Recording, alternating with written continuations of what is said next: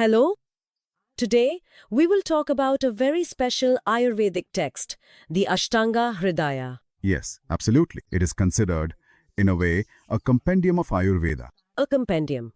That's right, and it shows us the path to a healthy and balanced life. Yes, So, based on the information we have, today we will try to understand why this text, written thousands of years ago, is still so relevant today. It is actually the essence of great texts like the Charaka Samhita and Sushruta Samhita, isn't it? yes, absolutely. It is their essence, which Acharya Vagbhata compiled around the 7th century. Yes. He wrote it in a very simple and beautifully poetic language. Oh, poetic. So, let's take a deeper look into this treasure trove of ancient knowledge. Absolutely. First of all, what exactly is this Ashtanga Hridaya? Maybe the meaning is hidden in its name. The heart of 8 limbs. Yes, you got it right. 8 limbs, meaning the 8 main branches of Ayurveda or specializations. Oh, which ones? So look, there's Kaya Chikitsa, which means internal medicine.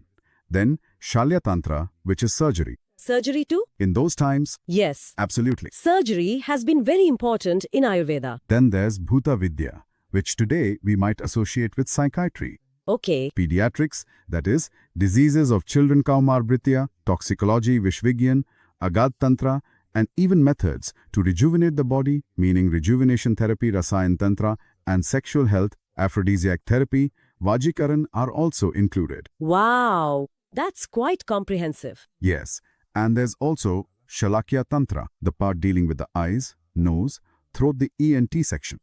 So, in short, Vagbhata took this deep knowledge that already existed and made it easier to understand by bringing it all together in one place. So it's not just about herbs or oil massages.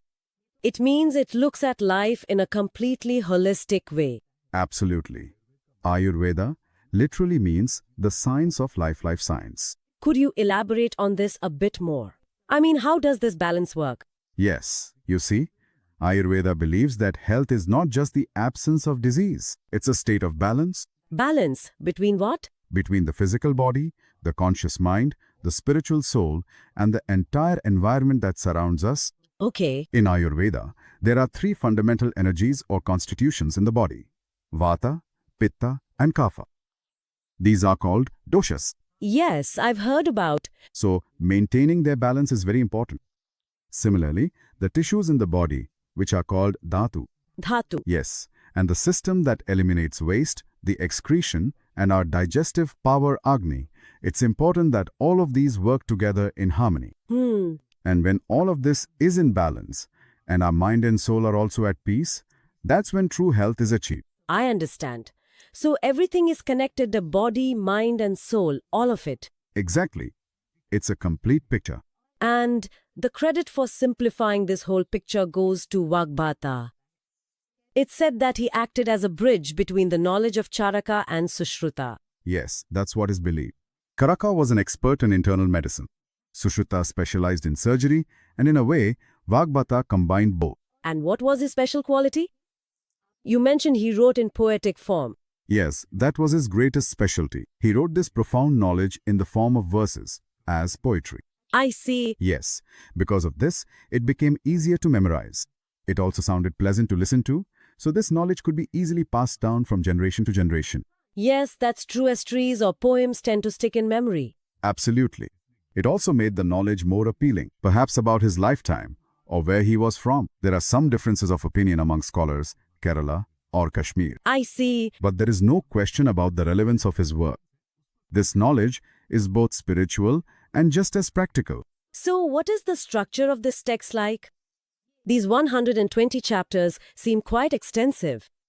Is it organized? Yes, it is very well organized. The Ashtanga Hridayam is divided into 6 main sections. These are called sthanas. 6 sthanas? Yes, and in total, there are 120 chapters. The first is Sutra Sthana. This is the foundation. The foundation? You mean the basic principles? Absolutely. What is health? What are doshas? Dietary rules, lifestyle, all of that. Then comes Sharira Sthana, which covers anatomy, embryology, and so on. Then in Nidana Sthana, the causes of diseases and diagnosis. In Chikitsa Sthana, the treatment protocols. Okay. In Kalpa Sthana, how to prepare medicines, pharmacy, and finally, Uttara Sthana. This includes the remaining special branches like pediatrics, ENT, and mental health. Wow! So everything is covered in a completely organized manner. Yes, absolutely. This is another unique feature of it.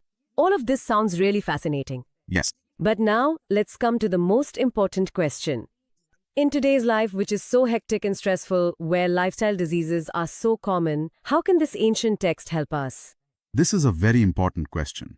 And look, I believe that the teachings of Ashtanga Hridayam are perhaps even more relevant today than ever before. How so? It doesn't just say that prevention is better than cure, but it also shows the way to achieve it. For example, it describes the concept of Dinacharya.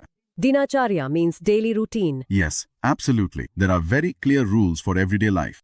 When to wake up, how to cleanse the body, when and how to exercise. I see. Today, when our lifestyle has become so irregular, these rules help maintain the body's natural clock. Yes, the body clock. They help keep it in balance. This can help reduce stress, sleep problems, and digestive issues. So, it's not just a big philosophy, but small habits to adopt in daily life. Exactly, practical things. And another thing is to consider food as medicine. Food itself is medicine. Yes, these scriptures tell us what to eat in which season, how to eat slowly, mindfully so that it digests well and nourishes the body. Something like mindful eating. Yes, you could say that. And along with that, it considers mental and spiritual health just as important as physical health. That's true. In short, it's like a guidebook for living mindfully, understanding your body and mind, and staying in harmony with nature. So we've understood that the Ashtanga Hridayam is not just an ancient text. It's a timeless guide for balance and holistic health, which is still very useful today. Absolutely, a timeless guide. And here, I'd like to leave everyone with a thought. Yes, please. That if we take just one principle of balance from this ancient wisdom, just one principle, whether it's eating on time, eating according to the seasons, or even just a few minutes of meditation, if we fully incorporate even one of these into our daily lives, just imagine how much and what kind of change it could bring to our experience, to our life.